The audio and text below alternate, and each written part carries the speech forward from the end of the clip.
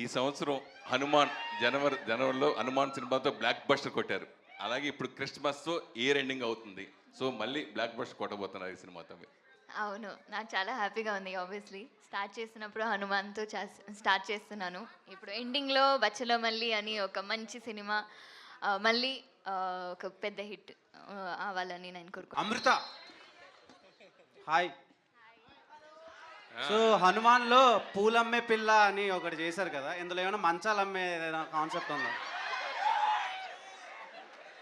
అలా ఏం లేదండి. సో అది బాగా కనెక్ట్ అయింది ఆడియన్స్ కి, ఇప్పటికీ లూప్ మోడ్ లో వింటున్నారు. సో అలాంటి ఏమైనా I think both the songs in this movie చాలా బాగా రెస్పాన్స్ వస్తుంది. సో ఏదైనా ఒక సాంగ్ అలాగే అంత ఫేమస్ అయితే నాకు మా టీంకి మంచిదే.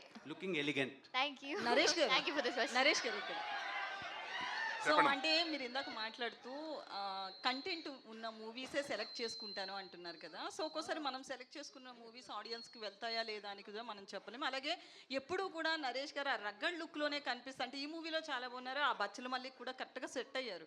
బట్ ఎప్పుడు ఆ రగ్గడ్ లుక్ లేదా ఆ పాతకాలం సినిమాలు ఆ టైపు కథలను తీసుకున్న అవి పూర్తిగా వెళ్తాయి అని చెప్పలేం కదా. అంటే కంటెంట్ విషయంలో ఎట్లాంటి కేర్ తీసుకుంటారు రాబోయే సినిమాల్లో? కాదండి, మీరే అంటారు కదా కంటెంటే కావాలి కొత్తగా. ఇప్పుడు జనాలు అంటే ఒకటి ఏమైపోయిందంటేనండి, ఇది వరకు సంవత్సరానికి ఒక పెద్ద హీరోలు ఉంటారండి, మనకు 10 మంది ఉంటే వాళ్ళందరూ ఒక్కొక్క సంవత్సరానికి ఒక చెప్పు సినిమా చేసేవారండి.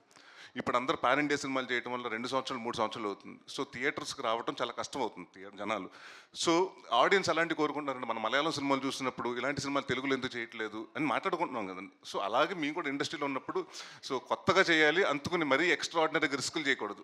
అంటే నేను చేసిన ఎక్స్పెరిమెంట్లు ఉన్నాయండి, ఇప్పుడు లడ్డు బాబు ఇలాంటి సినిమాలు ఎక్స్పెరిమెంట్లు అలాంటివి చేయకూడదండి. సో కంటెంట్ అంటే ఏదో ఒకటి మనం చెప్పటం, దానివల్ల వాళ్ళకి నేర్పించడమో లేకపోతే ఇప్పుడు వరకు తెలియంది ఇప్పుడు వరకు ఆ జానర్ ఎవరు ఎక్స్ప్లోర్ చేయరు, అది చేస్తే ఆడియన్స్ కొత్తగా ఉంటుంది. సో వాళ్ళకి రావడానికి థియేటర్కి రావడానికి ఇంట్రెస్ట్ ఉంటుందండి. అండ్ కామెడీ ఎప్పుడు మీకు తెలుసు, ఎవరు నవ్వు నాకు ఇష్టం ఉంటుందని చెప్పరు.